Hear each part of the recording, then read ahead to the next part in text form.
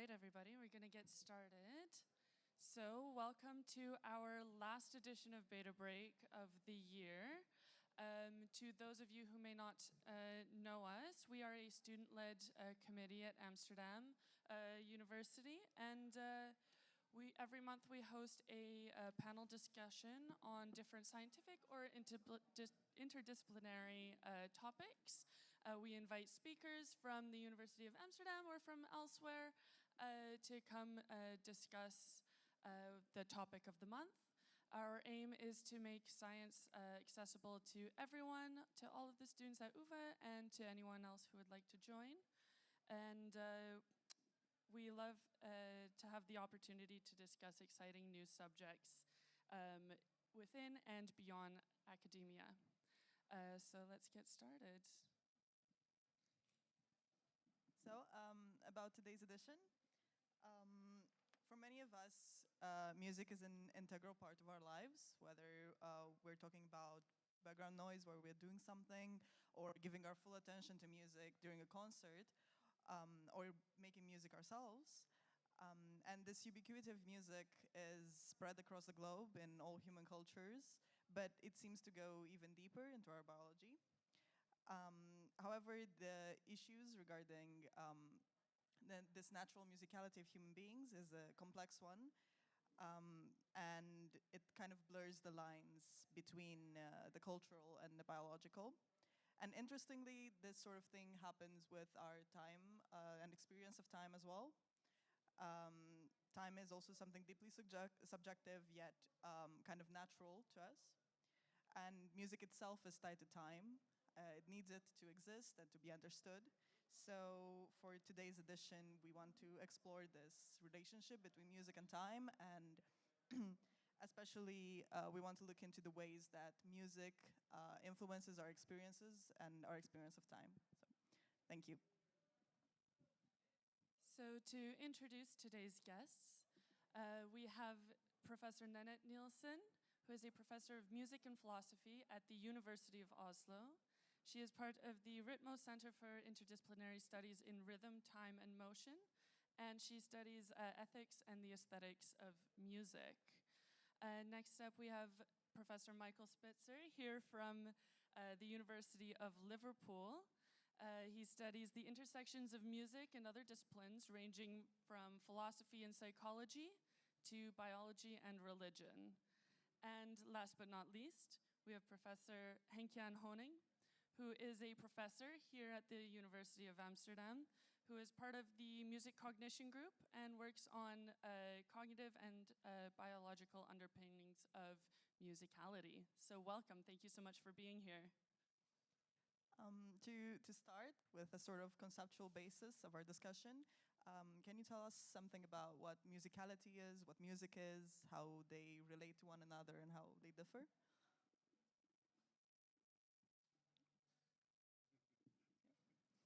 Will I start? Yeah, you turn it on, huh? I guess. Okay. Music and musicality. Let's do a quick one.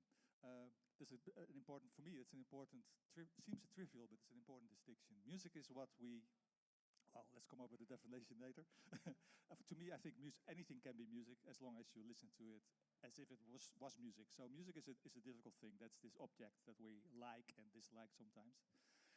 Musicality is the capacity for music. So that's the study of what should you perceive, appreciate about sound in order to call it music. So that's sort of more the mechanisms that sort of constrain our perception and appreciation of music. And that we call musicality, the capacity for music. In contrast to music. So that's I think, an important distinction.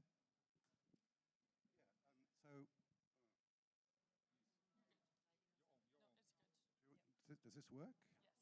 Yes. Yeah, thank you. So, building on Hank's definitions, you can start to be more precise about what these mechanisms these are. So, if you can clap in time, if you can follow somebody clapping in time, if you can sing in pitch, if you can recognize pitches in a melody, if you can recognize that an octave, which is 7 notes above the starting note, is the same note, that's a form of musicality.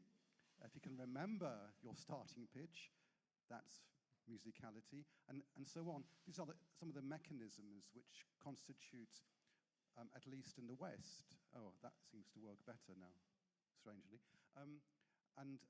Just to anticipate slightly, there'll be an evolutionary perspective on the origin of musicality, because some animals are musical in the human sense. So birds sing, and so do humpback whales, and they have what biologists call vocal learning, which is the capacity to create new music and not just to inherit calls from your fathers, actually, mostly in birds. And insects like bush critics or katydids can chirp in time through synchronous chorusing. That's a kind of musicality. So the idea of musicality does stretch millions of years because, by definition, birds and insects were doing this many millions of years before humans came along. And so my answer, to build on what you've just said, there's a hidden question inside the question, what is music, what is musicality? And that question is, what counts as music, what counts as musicality? So quite often, it will be about the counting. It's a kind of a value judgment. Is something good enough to be music? Is someone, trained enough to be musical? There's a count. What is music is also what counts as music, and what is musicality is also what counts as musicality, and that's something to be aware of when we're asked to be sort of defining these concepts. Two more points. So it can be difficult with definitions because something like music is going to be rather context specific. So it might help for discussion if we were to define in the context of being here today what music might be.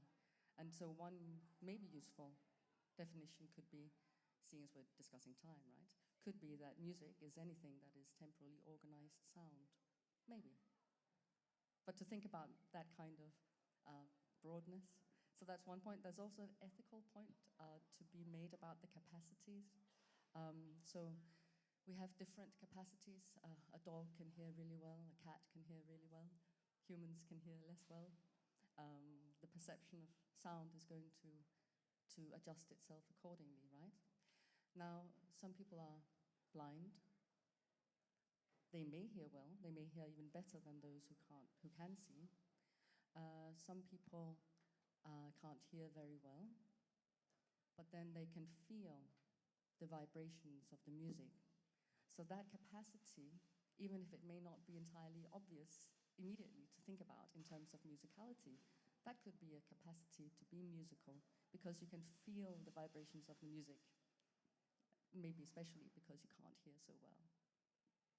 Okay, thank you. Yeah, I'm already triggered. Count as. I like that phrase. What does count as music? Because that's a problem, really. Yeah? I agree with you that it is what is it? Yeah, it's an ethical decision in a way. A bird that sings, is that music? Does that count as music? And I think that is a question we're not going to resolve. So that's why I gave up on defining music. And I asked the question, when is a bird appreciating musical elements of sound? That's, I think, a closer, more direct way of trying to answer that question. And then it could be, I think we probably disagree here, I don't think humans are more unique than other animals in that sense. I think we are unique of a combination of things that we can do very well, and we like to stress sometimes that other animals can't do that. But there might be musical aspects that other animals have that we don't have. So I think we have to have this open look on defining musicality, having several components. Some of them we humans have, trivially, relative pitch, beat perception, vocal learning, maybe, entrainment. But there might be other things that other animals have and we don't have. So I find that an interesting question. And the unique humanness I think we disagree. I think humans, I don't think we overstress the specialness of humans. Just to add on that, and there's the cultural dimension that even the word music is a very Western concept. If you go outside the West to Africa, for instance, they don't separate organized sound from dancing and from poetry, from singing, using the voice and using language. So the idea of a single word which is abstracted from physical motion and from language is a peculiarly Western notion.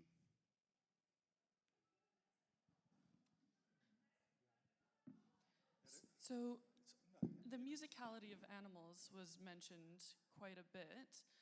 Does that mean that musicality is an evolutionary trait? And if yes, why and how was it evolved? Yeah, scientists disagree, basically. You have multiple theories. People say music is very recent, so recent that it couldn't ever have influenced our biology. And there are people like Darwin who says it has a very long evolutionary history, assuming that you should at least some of these components, you should trace them back, have precursors in other animals that live now. Those are the two extremes in thinking, and there's a whole scale of theories that have other alternatives. I think that's the answer. Yeah, to give you a taster of an evolutionary narrative, there was a famous whale scientist called Richard Payne, who in 1982 was the first person to draw up a narrative based on the evolution of mechanisms. So the first mechanism, which is rhythmic chorusing or chirping in rhythm, is insects, and the next mechanism, which comes along millions of years later, is vocal learning with birds, and the next mechanism is whales, and whales can chorus together. So they have a culture, and a tradition which evolves over 4 or 5 years. And apes introduce gesture and a theory of mind based on expression. And then humans come along, and we seem to be, I disagree with Hank, because I think we can do everything, that we syncretize rhythm with vocal learning, with gesture, and with culture. So I'm not saying that one evolves into the other. There's no single rope or thread between insects, birds, and apes, and whales, and humans. No, it's rather convergent evolution, where different faculties evolve at different aeons, and through accident possibly, humans can synthesize and do everything.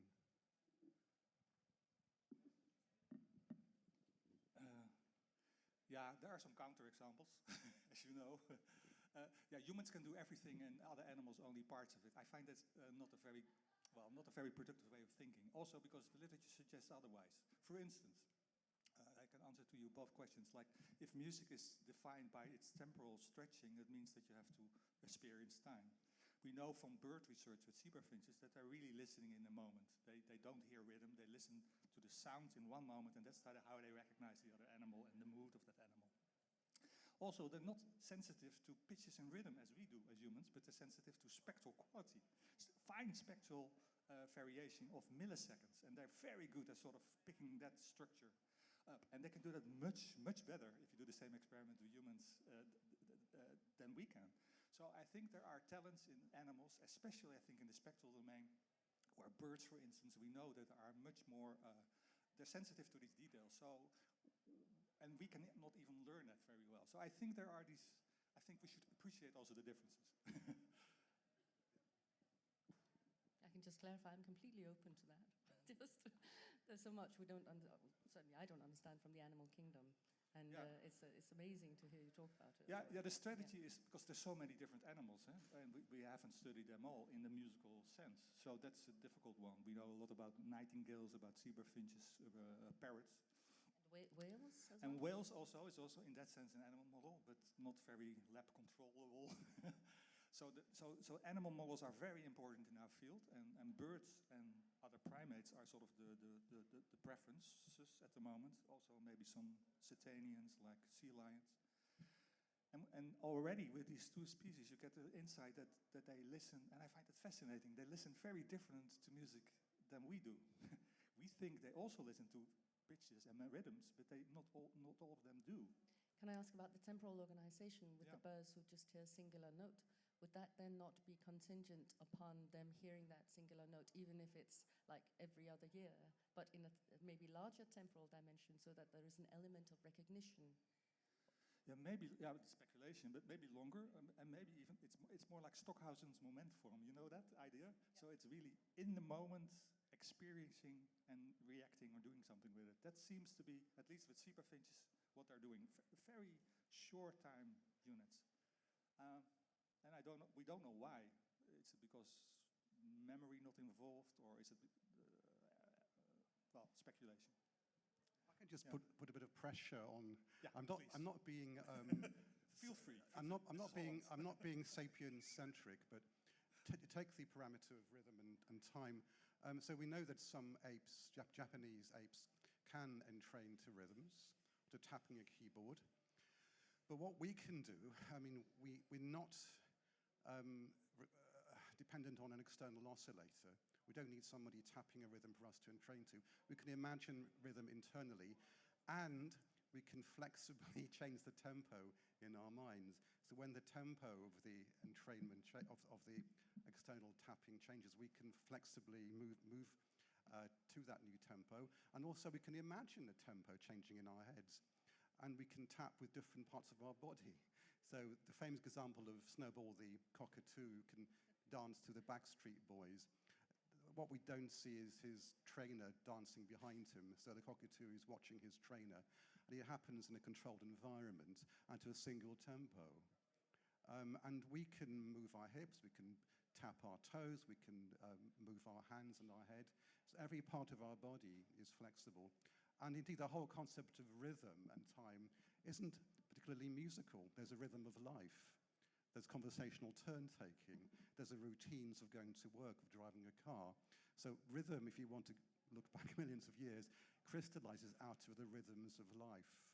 And what we call music is a very modern abstraction which comes out of a lot of processes around the world and indeed the cosmos, with the planets and the seasons and the day and the rhythms of the body, the heartbeats, breathing, physical motions and so on. So in the end, you become very suspicious of the word music or the word rhythm.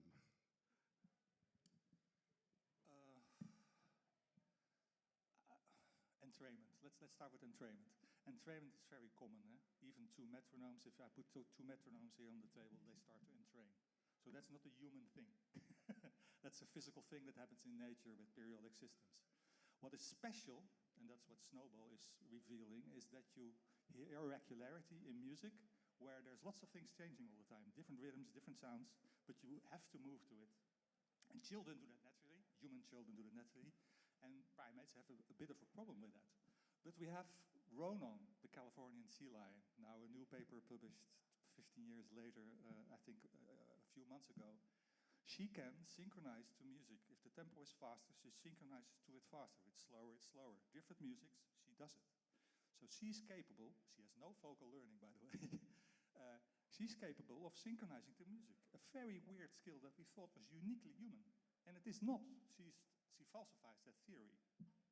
So there is something that we share with Snowball, the cockatoo, and with Ronan, the sea lion, that we don't share with other primates. And I find that fascinating. That suggests that we're not really capturing, our theories are not good enough yet. And there's so much to say about this, but maybe we should. You're in the lead. Yeah, thank you. So you've talked about the biology of this relationship between music and time. Where does culture play in?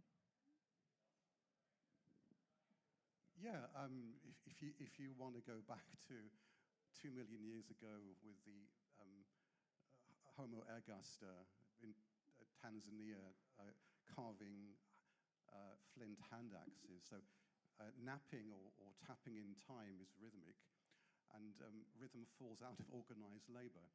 But if you're tapping, that is an operational chain because it takes a lot of stages to reach the point of creating a hand axe. And when you are tapping, that can lead rise to imitation, where people are watching you tap and they can learn from you. And that's often called horizontal cultural transmission. And you can also teach that technique to your children, and that's vertical cultural transmission, where people learn from you. And there is an argument that culture is rhythmic.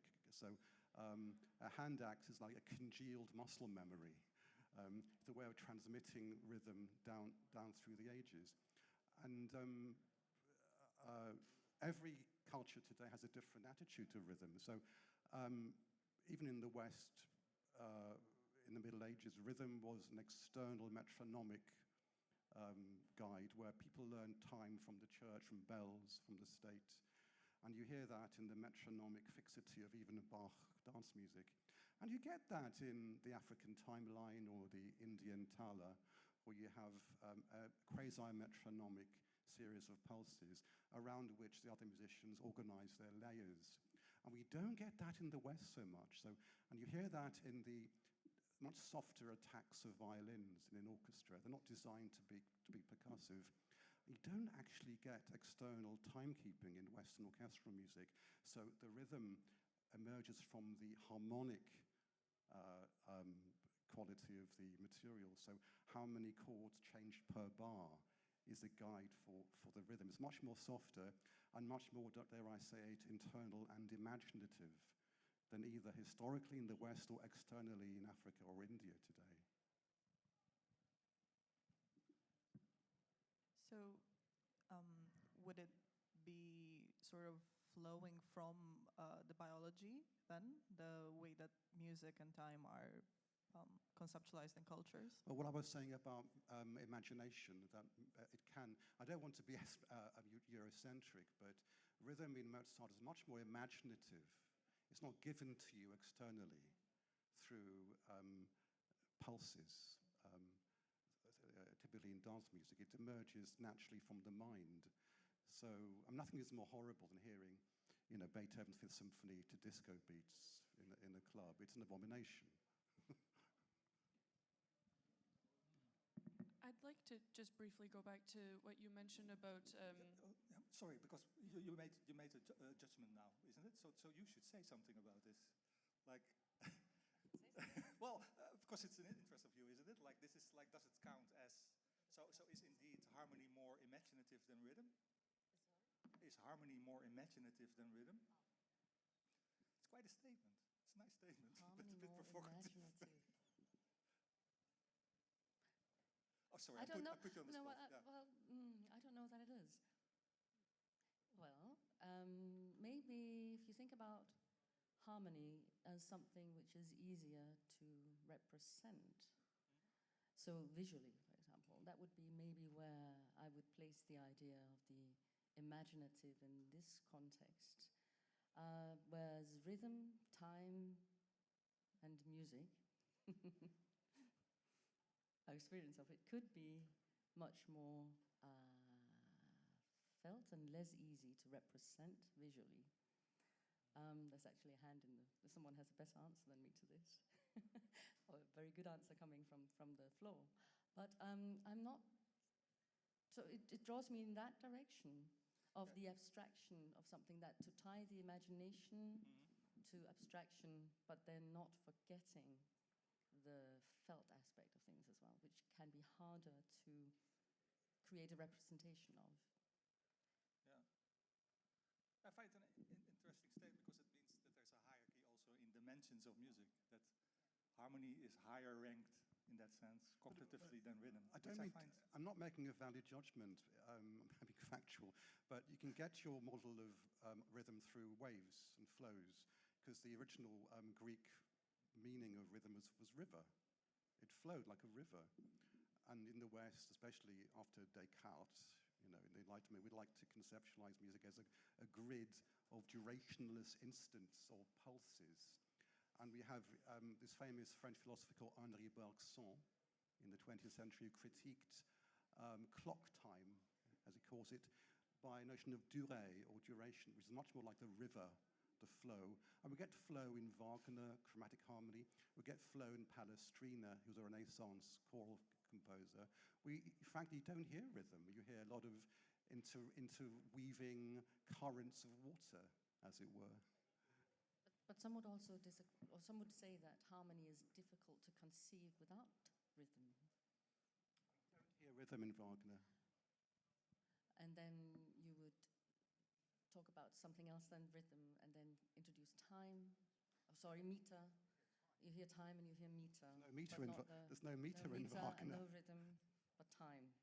Okay, we're into fine adjustments here. Good. Sorry, I sidetracked you. So you mentioned that there is potentially a hierarchy between harmony and rhythm and the cognition behind it. Are the cognitive building blocks of these two elements of music different? Are they the same? And how does that relate to time and our perception of time and the cognitive building blocks of those as well? Good question. Yeah, it's a debate at the moment. There is just a paper coming out in Trends in Cognitive Science, says Sam Meyer, who says what makes us humans special, again, the humans are special argument, is that we have meter and we have harmony. Those are the two uniquely human contributions that are shared in all cultures all over the world and that other animals do not have. I find that maybe that's the case, but it suggests to me that it's more likely a learned or a cultural phenomenon than a biological one. Because if it was biological one, why would it sort of suddenly arise in humans? That's very, very, very peculiar. The ones that I find interesting are even more trivial ones, which are beat perception, hear irregularity, and relative pitch, that if the melody is higher or lower or slower or faster, that's the same melody. Those two building blocks, I think, are more fundamental. They're part of tonality, they're part of meter, but they're more simpler. And those I would expect we share with other animals. And with beat perception, we now know that I just mentioned Ronan and Snowball, we shared it with them. Relative pitch is more problematic, but that is, I expect to trace at least some of these aspects in other animals in order to have this evolutionary argument. Otherwise, it's all called cultural evolution, which is also possible. But since we see it in other animals, I find that more and more less likely. So biology plays a role. But tonality to be an evolutionary thing, I find ambitious. Even if you claim that it is all over the world, I don't know whether that's the case. Tonality is all over the world, yes or no? So I agree with you, but some people think it is a human thing and that's special. And metricality as well should be all over the world. I think beat perception is just one level, so that's already the basis of metricality. If you have 2 beats, you have a meter. But I think that to perceive the regularity in music, the pulse, when it is not explicitly there, I think is a fundamental thing. And that's how we're sort of trying to explore what are these components of musicality. But I find tonality and meter too high level, and I think too culturally biased as well. I think that it's an invention. A good one, but an invention. I mean, a quick example of what I mean by imagination and how you can have imaginative meter, which is distinctive, I think, to humans. Now, we all know songs. We haven't spoken yet about a particular piece of music or style of music yet. But you can imagine a pop song, you can imagine a chorus and a verse, or in sonata form in a symphony. You can imagine a first tonic subject group and a second subject group. Now, a chorus tends to sound like a structural downbeat relative to an acrosis or build-up. So a lot of songs build towards a chorus or towards a post-chorus. And we're talking maybe metaphorically about rhythm or meter. And meter is strong and weak beats or long and short beats. So when we talk about, say, a chorus being a structural downbeat, that does not mean that it lies in a grid of periodically aligned metrical framework. You know, it doesn't mean that the chorus is, say, 32 beats into the work. Now, when we talk about beats, technically, we talk about a geometry normally, or periodicity of compounds of duple or simple ratios. When we talk about strong beats in a song or a symphony, we don't mean that. we feel it's a structural downbeat. It's a bit of a euphemism, actually, but it's imaginative. It does not rely on a grid. And as far as I know, only humans can think in this imaginative, metaphorical way about rhythm. Are there specific regions in the brain that are related to musicality, to beat perception, to harmony, to melody? There we go. Yes, is the short answer. That's why music is also proposed by neuroscientists like Robert Satora as food for neuroscience, because virtually the whole brain is involved if you are engaged with music, both listening and making it. Different areas for different aspects of music. If I restrict ourselves to rhythm, it's clearly the motor areas that are involved. Which explains also that young children, they have to move. If they have irregularity in the sound, their body wants to do something. Even if you put somebody in the scanner listening to James Brown, let's take another genre, and they can't move, you see that the motor cortex gets activated. So there's this natural link between the auditory cortex and the motor cortex in both directions. And different for melodies, you see other pathways involved. So the brain is really, and musical memory is also, it's fascinating. So most brain areas are involved in music making and music listening, which is very peculiar because language, if you take that as the counterexample, is very localized. It's very, say specialized. You could still say it's a byproduct of music, whatever you think. But the music, you see that it is the whole brain, and that is a very interesting finding, with all kinds of consequences, also in music therapy and other things, because it's sort of, music and the brain have an intimate relationship. Are there theories as to why that is? Why the entire brain is involved? No, but again, a good question. My hunch is that it suggests what Darwin thought, that musicality actually precedes music and language. That it's a musical sounds, or sounds in general, but musical sounds, so sounds with intonation and rhythm and dynamics. Apparently, the brain likes that. And they have all kinds of structures to get information out of that, from the amygdala to the higher frontal areas. And speculation, of course, but that suggests that its brain is adapted to that or takes advantage of that signal.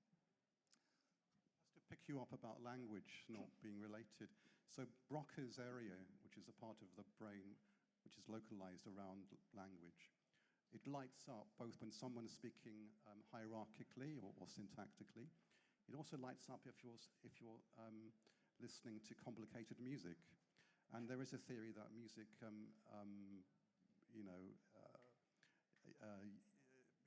piggybacks on the language centers of the brain. Yeah. And also, if musical training means that your processing of music switches from right side to left side, which is more language centered. So simply put, if you're a trained musician, you start to listen to music as if you're listening to language. It has the syntax and the hierarchical levels of deep structure and of language.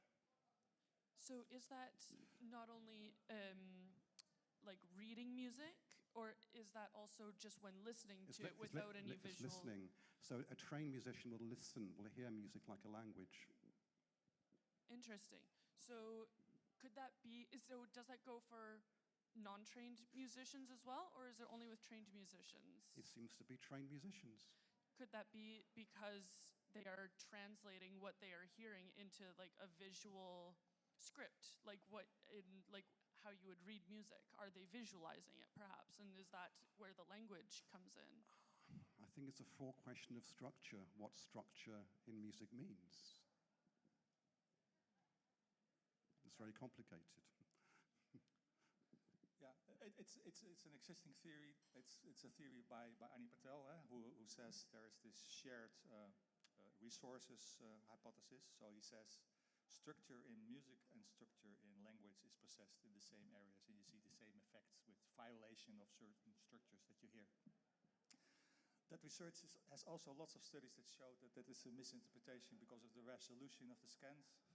It's a misinterpretation because it's actually two highways that cross the same area, so it looks like it is in the same area, but they're actually not the same neural pathways. So there is quite some debate about this theory that music and language have the same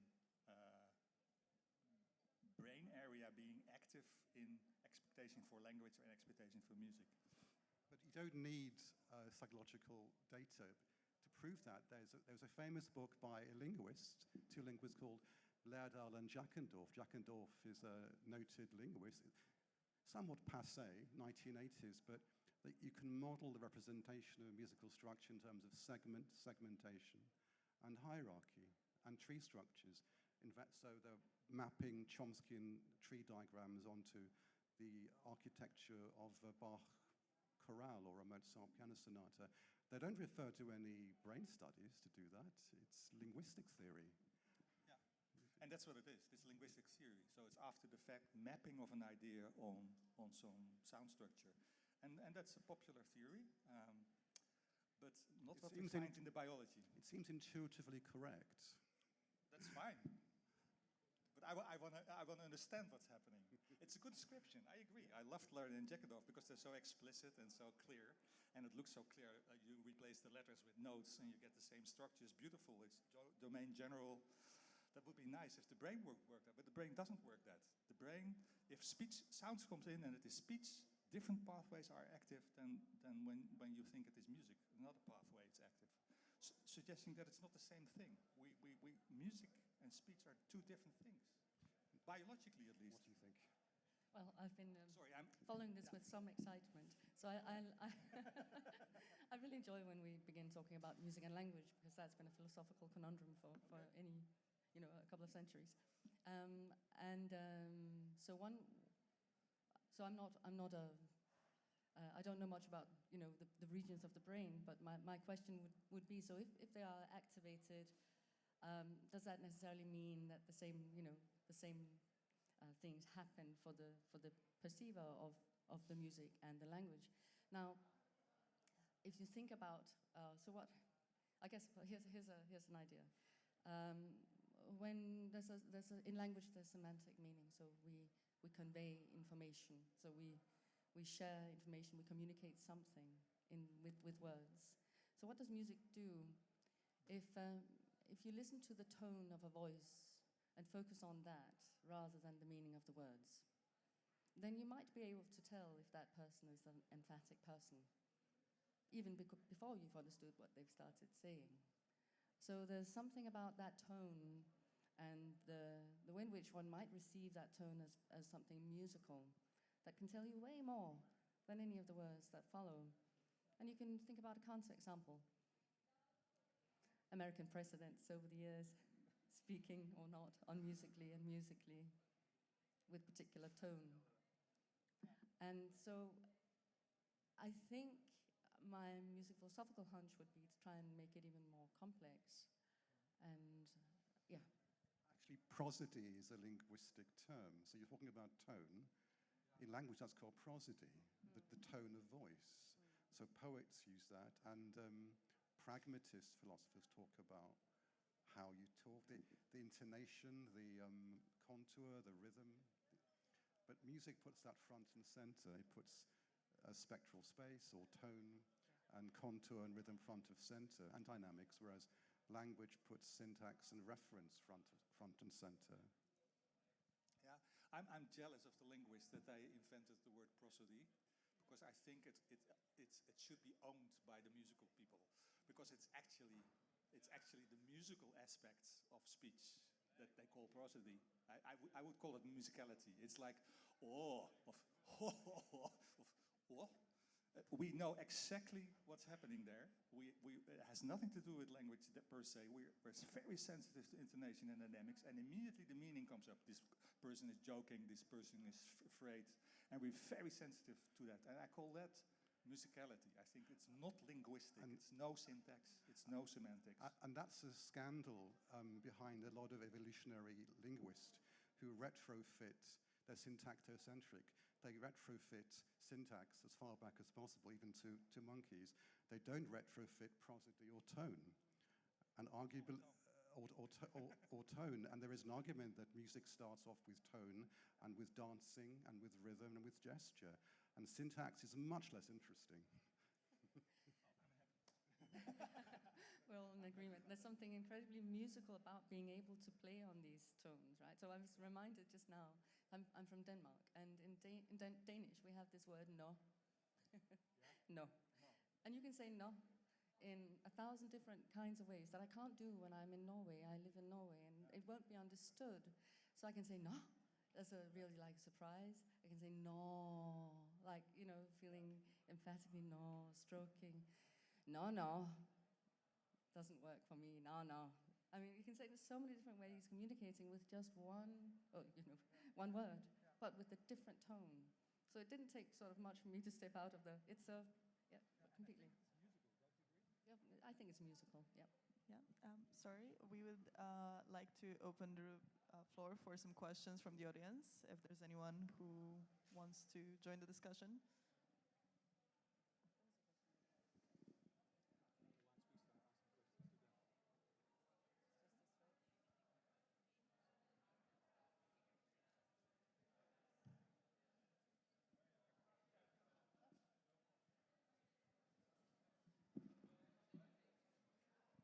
Thank you. You were talking about music as organized sounds, whether you call it music or not. In certain cultures, they call it music, others they don't. But sorry, do you hear me? Ah. No, no, no, no, no. You hear it now? Okay. I was wondering. In the core, we're talking about organized sounds. It sounds like for music, whether you call it music or not, but you do define it as organized sounds. And just made me wonder about free music, free improvisation, for example, which is defined by its unorganization in certain ways. So how do you define organized sounds then? Is it organized relative to each other? Or is it organized within one sound? Or So the important word is missing currently from your question, and that is temporally. So temporally organized sound. okay. So that was the suggestion. But that, I mean, it's not a definition as such. It's something that might be useful in the current context. So with regard to free improvisation, of course, it's temporally organized. So temporally organized sound. You know, you have so and so many minutes or seconds or hours to play, and you can do this within that space. Yeah. Yeah. That does make me think of the conversations of John Cage, for example, with his clock that went off, I think, 2 years ago or something, and goes off after a couple of years again. So it is within time, but also, you know, you could say it's ongoing. It's maximum time, right? So it's maximal idea of time. Yeah, So okay, yeah. Because we do seem to accept that that's music. So that's what I was wondering. Yes. To what degree then? Yeah, okay. Thanks. It's a very broad definition, which works Yeah, sometimes. yeah. But not always, you know. Yeah, okay.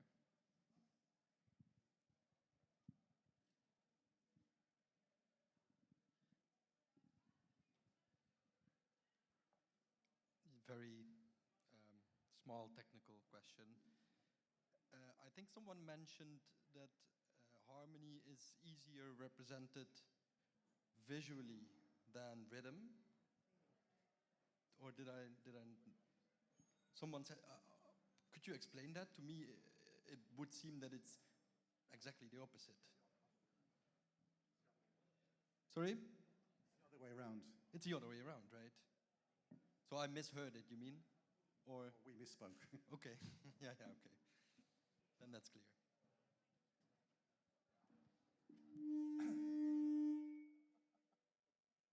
But why do you think that is logical? Why would it be equally easy or difficult? Why would be there a difference? Well, I imagine It's a Y and an X, isn't it? Well, for rhythm, it is just an X, right? You just need one line, and there is dots on the line. That's a time interval. That's rhythm. But for harmony, in the first place, you don't have harmony without different notes, so it can't be on one axis, right? You need different notes to have harmony. So that adds another axis. that makes it more complicated visually, right? Would you not agree? Yeah, that it depends on which field you're in. In music theory, there's lots of notation systems for that, but I think conceptually describing sound, it's the frequency dimension and the time dimension, and they're equally No, but complicated. we're talking about harmony. Harmony is an aspect of frequencies. No, harmony is the interplay between different notes. Yeah, So and you need those notes have multiple notes. frequencies and timbres, and those are combined in a spectral description, which is the sound that we hear. Yeah. When we hear a chord C major, it's a spectrum. It's frequencies. I think in harmony, when it's composed, is continuity. And we haven't talked so much about when you're doing this. That's rhythm, but it's a wave or a gesture which is continuous. We've been talking much more about pulses, which are easy to represent as a grid. But it's harder to represent that. And there's one argument that rhythm is an oscillation between points of stability, moving away and moving back. And that goes back to the vestibular system, our sense of balance, and walking. So when we're walking, and bipedalism, when we start to walk 4 million years ago, we evolve a sense of departure and return to stability and walking. And music is imprinted by a sense of motion and left, right, alternation of strong and weak, or departure and return to stability. It's not a metaphor. I think it's biologically ingrained in the way we evolved. Thank you. I agree with that. Yeah.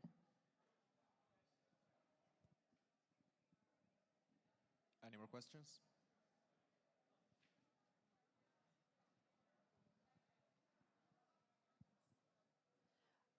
So moving on to a more time-focused part of the discussion, how can music be manipulated in order to make us feel that time is maybe passing faster or slower, even though it's the same duration of a melody?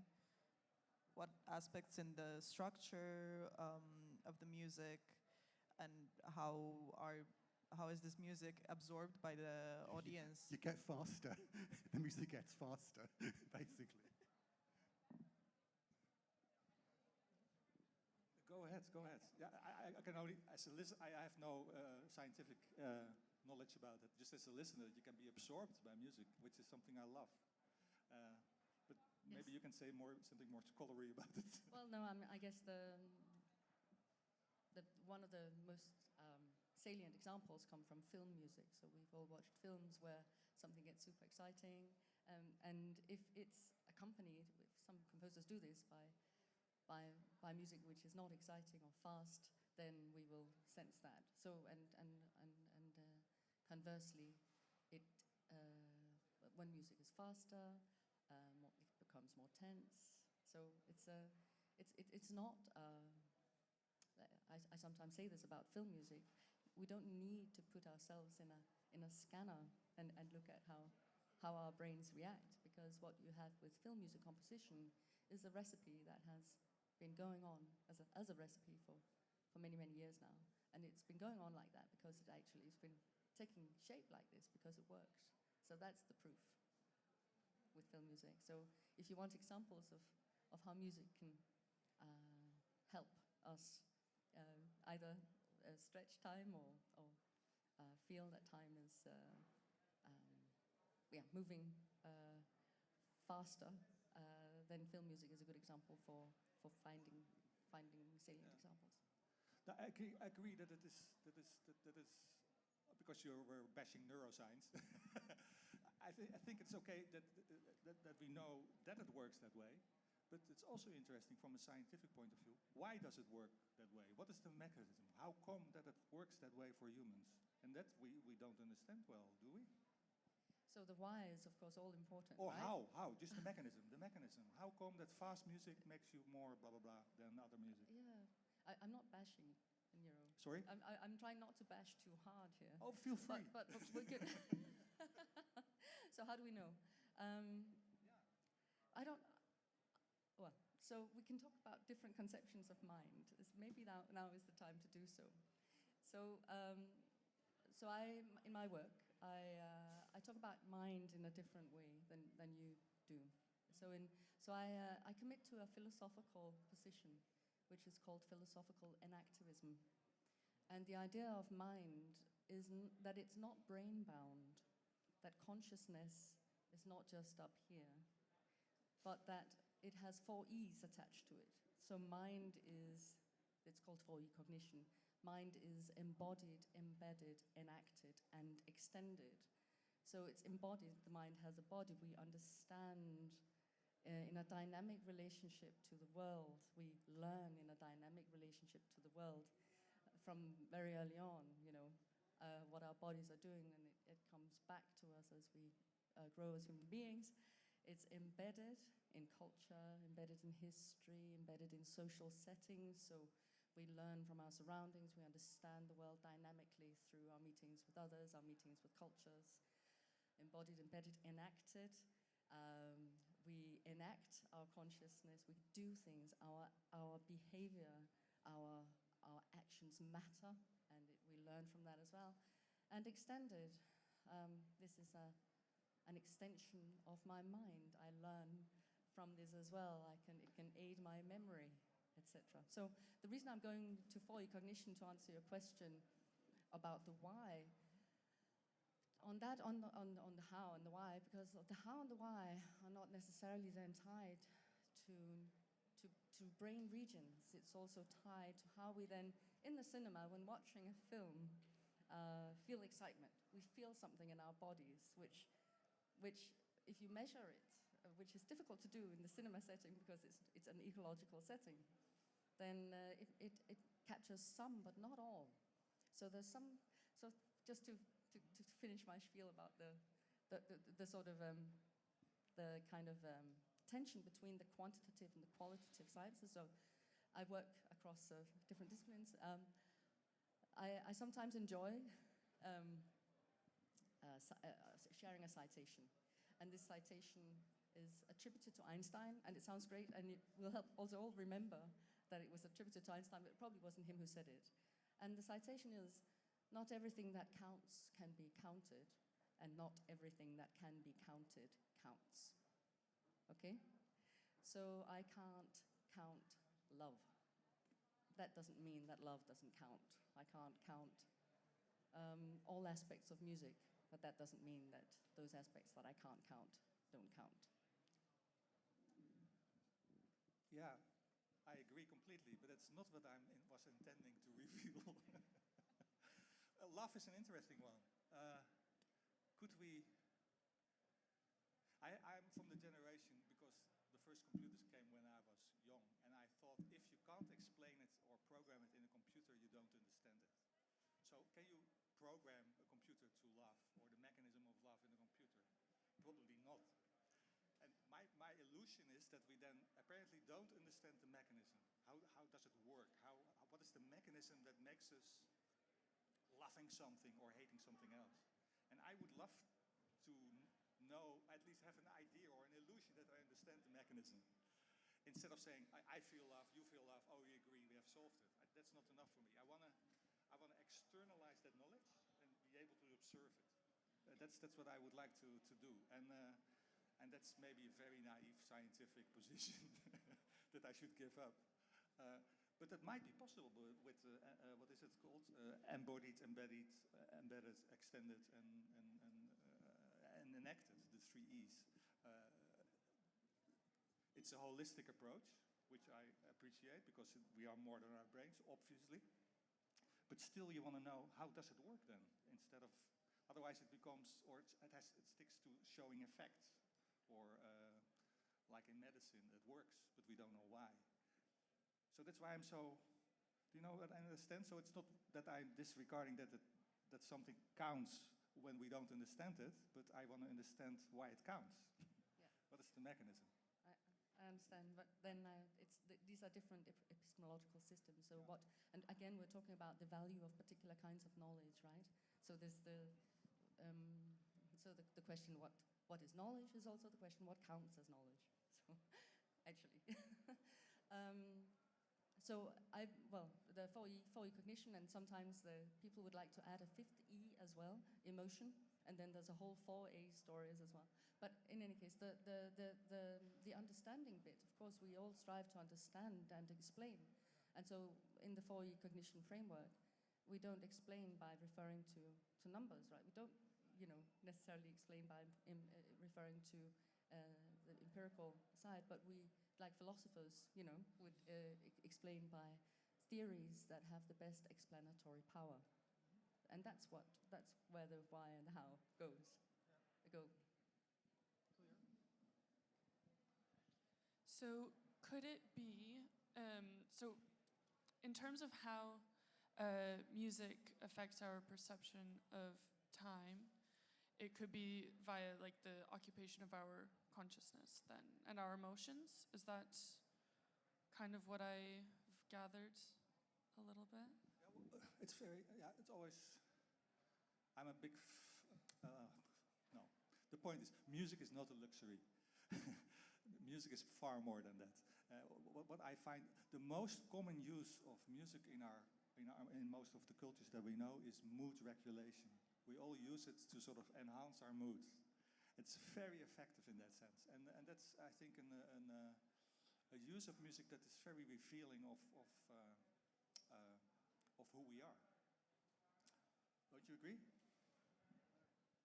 Yeah, but you can't. I mean, emotion has always had a controversial history.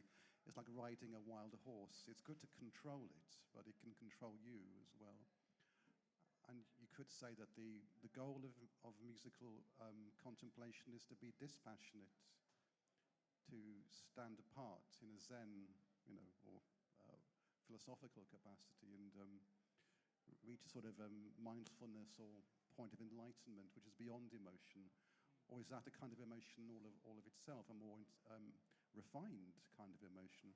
So in Indian music theory, you have rasa theory and bhava theory, and it's all about taking primal emotions like rage or love and refining them, a bit like you're refining grape juice into wine.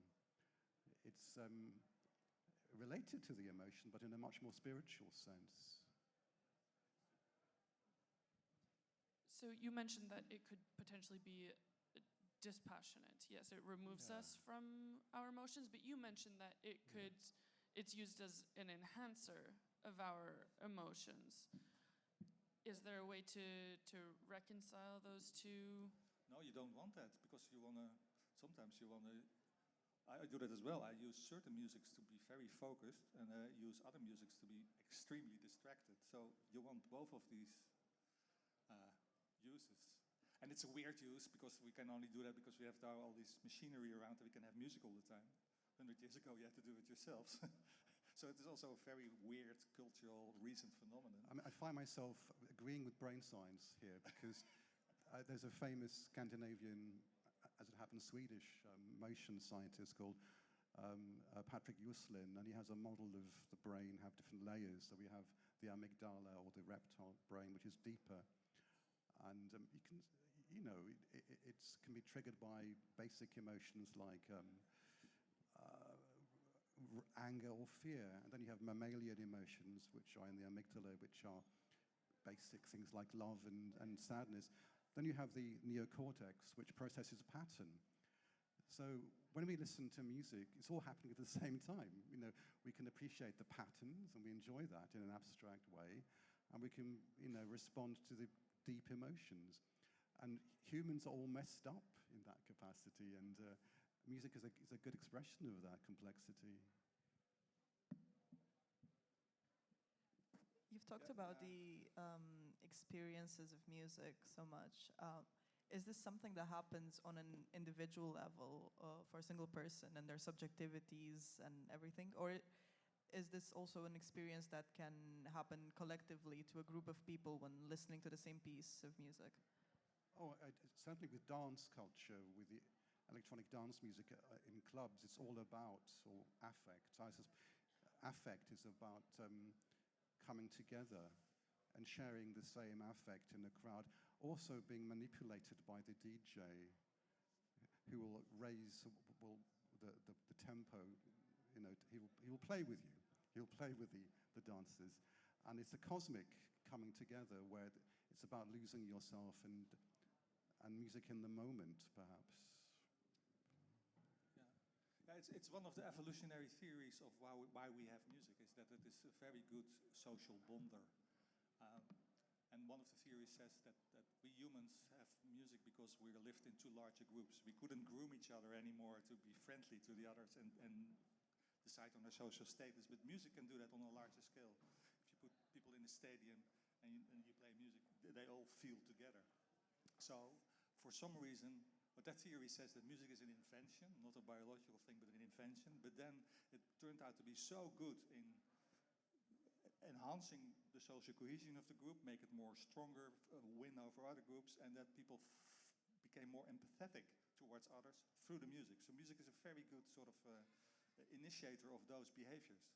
And that's one of the 8, 9 theories that are there. But I find it attractive in that sense. To use your question to get back to the issue of time. So when we listen to music, we share time with the music. It's temporally organized, right? We share time with music, but we also, when we listen together, we share time between us. So it's a shared kind of time, and so like in a concert hall, we would say it's shared kind of absorption, which as a philosopher called Kathleen Higgins, she's pointed out how this idea of shared time through music, it reminds us that we're social beings, and there's an ethical point as well here, as being involved in that sort of either affectively or it's a social kind of encounter. It's also interesting how phenomenologists have used music or the example of the melody as an example of time consciousness, of why when we experience time, it's not as a chain of instants. There's a continuity of time. It's called a continuous present. So in melody as in speech, so when I'm speaking, you don't forget the first word of the sentence. It's there. That isn't a memory. It's not in the past. It's in the continuous present. In exactly the same way, in a melody, the first note of the tune isn't forgotten. It isn't recalled as a memory. It's still there in the present. And a philosopher called Edmund Husserl, back in the 1930s, used a melody as the quintessential example of how time consciousness works in the human mind. Not the brain, the human mind. Can I add to that? Because it's a wonderful example. So it's called the father of phenomenology, and he uses exactly melody to show us about, or to tell us about time consciousness. And this time consciousness, importantly, it has what Edmund Husserl called a double intentionality. So not only does it tell something about the melody, something that we're experiencing out there, but it tells us something about the fact that we are experiencing it. So it places our sense of time and our understanding of the temporal right with us, with ourselves. It is us understanding our sense of self. And now, within phenomenology, there's been work in psychopathology on, and this is super interesting, I mean, it's slightly outside of my sphere, psychopathology, but work on schizophrenia, and how once you lose, as a schizophrenic patient, you have a diminished sense of self. It goes hand in hand, that sort of fragmentation, that fragmented experience of self, goes hand in hand with a fragmented experience of time, and time flows together. So that work has actually used that father phenomenology, Edmund Husserl, and the phenomenological framework, the philosophical framework on time consciousness, to explain particular psychopathological conditions linking time and self incredibly closely.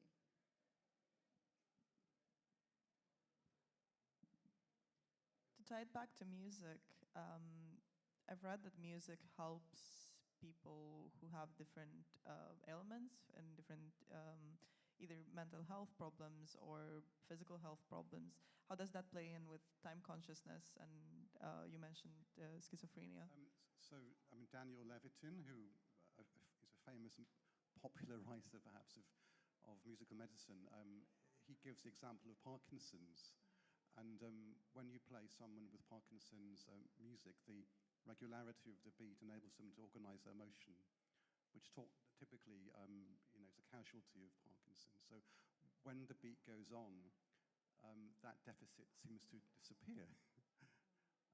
It's all about training the person with Parkinson's to self-regulate, to almost, when the music switches off, they can internally rehearse the rhythmic patterns, and it helps them. It's a miracle cure. Yes, it is a miracle cure. It's interesting that Parkinson people have the problem is initiation of movement. And if you put a metronome there, they can initiate the movement again. But they can also do it if you do lines on the floor. So it's also in the visual domain. But it is Michael Trout. There's a whole school of therapy. But for a strange reason, it works with some people with Parkinson's and not with other ones. So it's not the ultimate cure like most medicine are. But it's a nice book, by the way, by Dan Neverton, called Music as Medicine. I think it's the European title. Yeah. Just to add another example then, thinking of mental health or music's impact, I guess many would have encountered Henry with dementia and Oliver Sacks' work on awakenings. And so how music can help place us in particular pockets of time from our lives, right? So Henry has forgotten who he is, he can barely string together sentences, and yet when you put headphones on him and play the music from his youth, he's right back there and his eyes are completely alive. And so music can do that too. And that I again find another piece of sort of convincing evidence that the explanation of that phenomenon is that apparently the memory for music is stored in different places than memory for language and other things. And the reasons, again, neuroscientific studies, very small world, that it is very sort of, the memories of music are very localized around the motor areas. And those are areas that stay intact with people with dementia till very late on. So all other areas are deteriorating, but these memory areas close to the motor area stay active. And that's where the music is kept. And that's also in therapeutic ways that people are now using for people with dementia. Why does music work? It's an idiotic idea that you're 60, 70 years old, you can't talk anymore, but you hear music from your childhood and you can sing again. That's a weird thing, and Henry is an extreme example of that. But you see that replicated more often. And I find that interesting to see that apparently music is the first thing that children like before they talk, and it's the last thing that the mind still keeps while language is gone. And that makes me, again, to me, it's support, again, for Darwin's idea that musicality is sort of a basis shared very strongly biological embedded thing. I think what Sachs is getting at, so it's not just things you can do, you know, like it's your sense of self, of who you are. It's much deeper than that.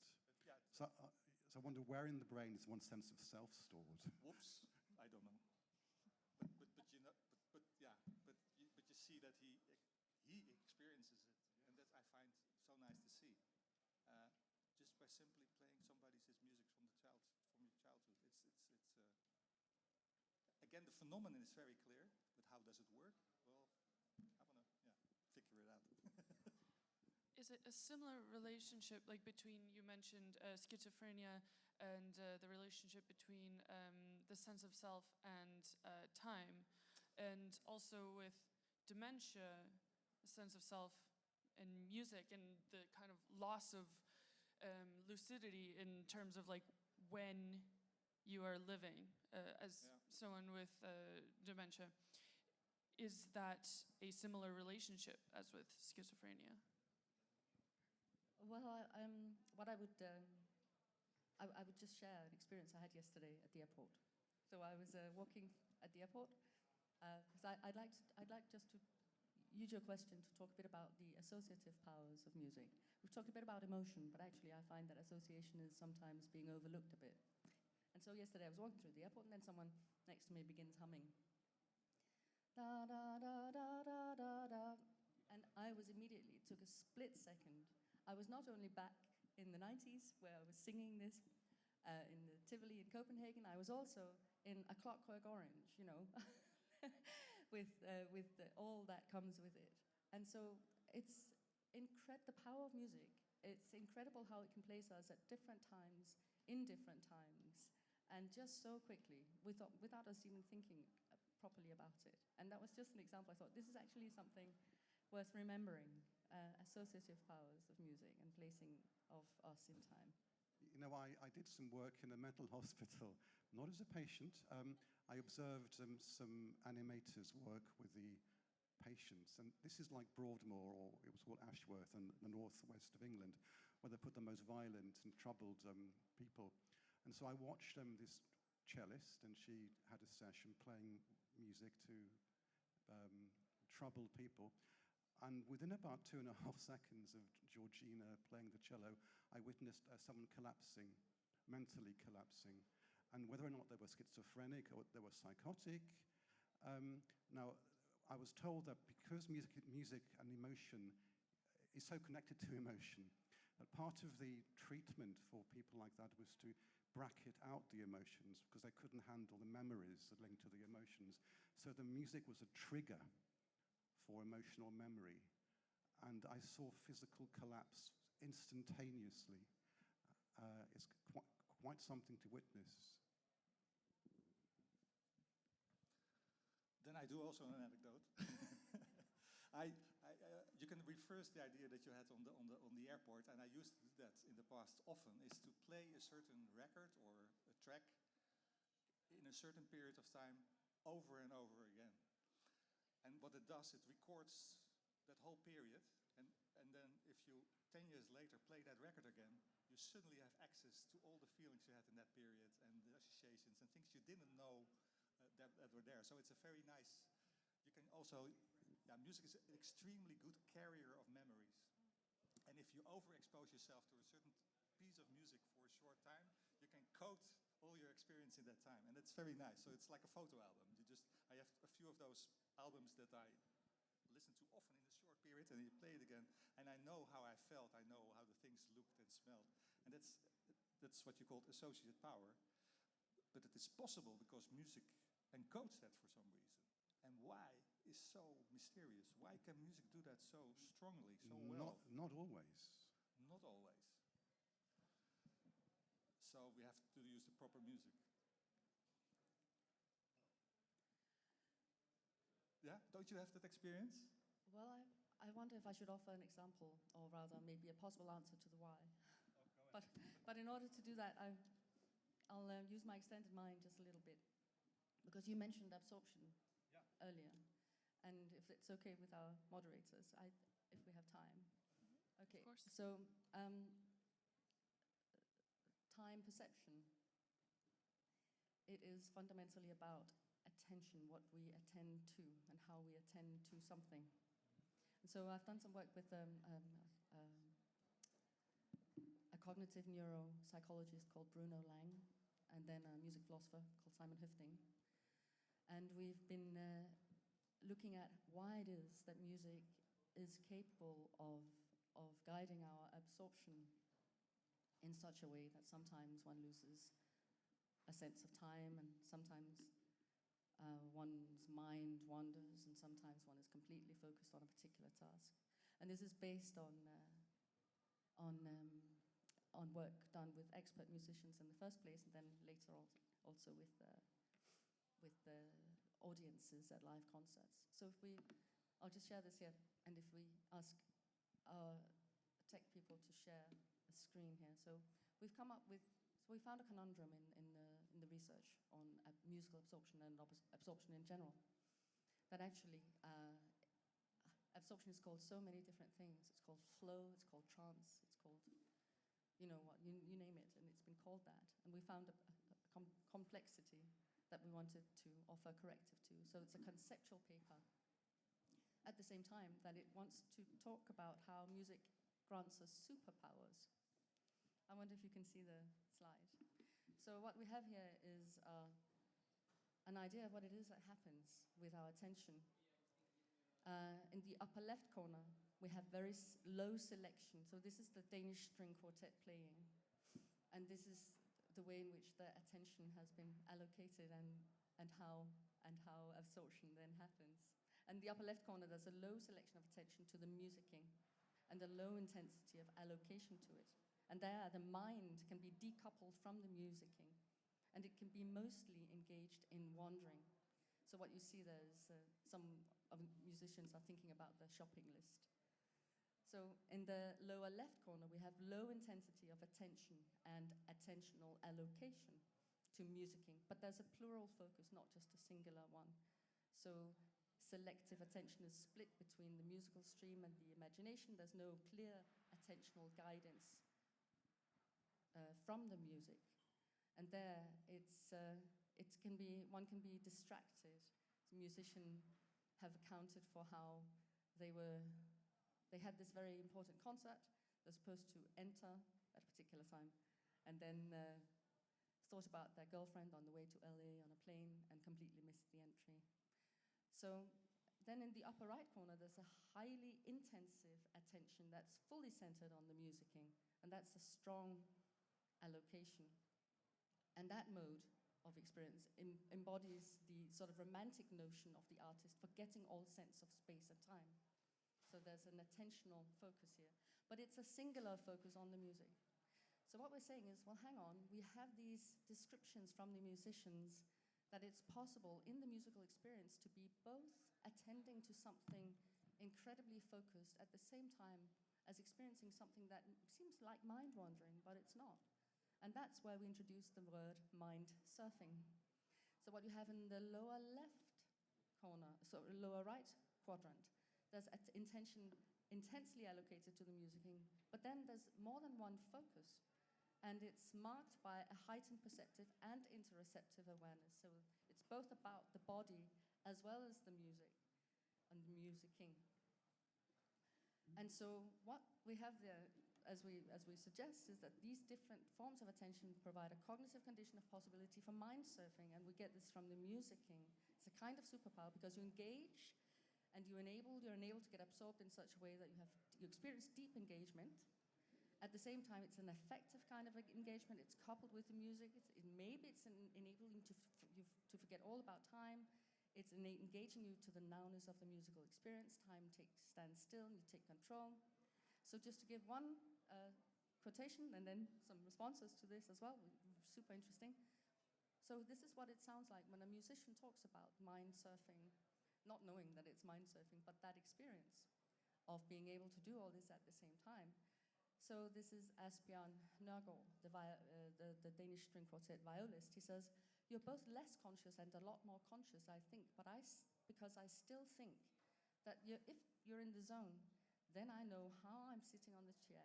I know if my knees are locked. I know if I'm flexing my thigh muscle. I know if my shoulders are lifted. I know if my eyes are strained. I know who's sitting on the first row. I know more or less what they're doing, but it's somewhat more like disinterested, neutrally registering. I'm not inside. I'm not kind of a part of the setup. I'm just looking at it. I'm in the zone." So that's not losing track of the music, and it's music being an enabling condition. It's something that would not have occurred had it not been for the music in situation. Yeah, how is that different from Csikszentmihalyi's theory of flow in sports science and in performers? We talk about this in the article as well. Kind of, the first part is a longer review of all the other theories as well. And what happens is it's different in the sense that it's about musicking, and it's about it's a bit more nuanced when it comes to what it is that we do with our attention. But that doesn't quite do justice to the argument in the article. So is music special? Well, this is up In for that grabs. This is up for grabs. So we're suggesting as well that there might be similarities to other temporal kinds of engagement, such as Tennis. something that's time bound, like so there's work done in literature that may be some literature that kind of absorption, but many other kinds of aesthetic engagement. You look at a picture, you can walk away. You read a book, you can put it down. If you stop the music, you stop the musical experience. So maybe the closest that comes is the audio book, actually, because you are listening to it. You are completely. You have to listen to the audio book in order for it to have this continuum. So is audio essential, or is it also that you do it in a group essential? So I would imagine that tennis or football or any gaming thing that you do with a group can be as absorbent. I don't do that often. I would say so yes, that's, but so can is it music then? special? Music can be special in the sense that it can remind you of the capacities that you have as to engage with music. So whether tennis is the same would be the question of whether you think you are. So the whole mind surfing metaphor is the idea that you're looping and coupling with a bit like a surfer on a wave, that you're looping and coupling with an external temporally bound environment like a wave. And that wave then is the music. So is music special in the sense that you can compare tennis with a wave or with a temporally organized scenario? I would probably say that tennis is more distracted and potentially hazardous. And it's not the same dynamic force that I would associate with a wave or with music or temporality. So watching a film could be similar. Watching a film could be similar, but again, and then we get to you can close your eyes, you can't shut your ears. So you can look away. I'm not questioning. I hope that you can convince me, because I would love to hear that music is special. I'm going to get there today. Yeah. Do you have that experience looking at the audience or not? What is your? This is an open question, eh? Is music special or not? You need a microphone. You need a microphone. Please do. Yeah.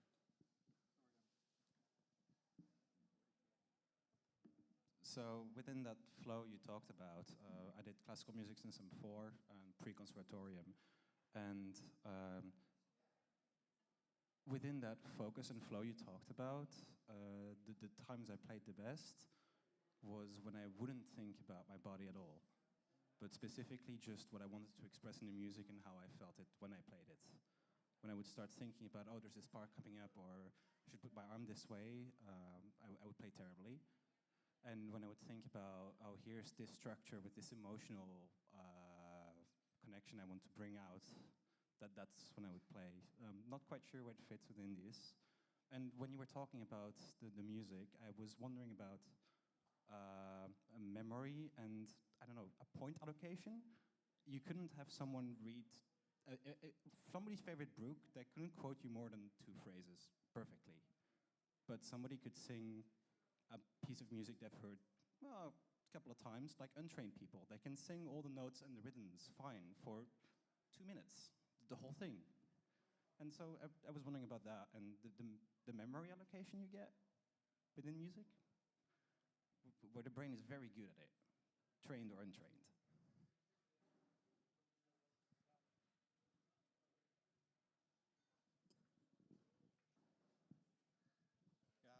There's so much to say about all these things, but I wanted to not. We're talking about flow, eh? Memory is another topic we already treated a bit. Okay. Yeah. So if I heard you correctly, it's a bit booming, the sound, but you're talking about the kind of when you then attend to what your body is doing, that it interrupts the flow of your musical experience. Yeah.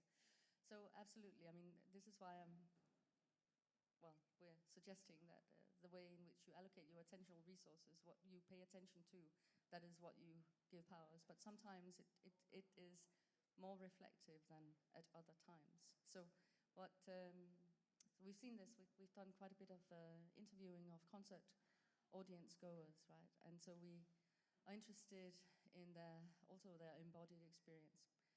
And so of being at a concert.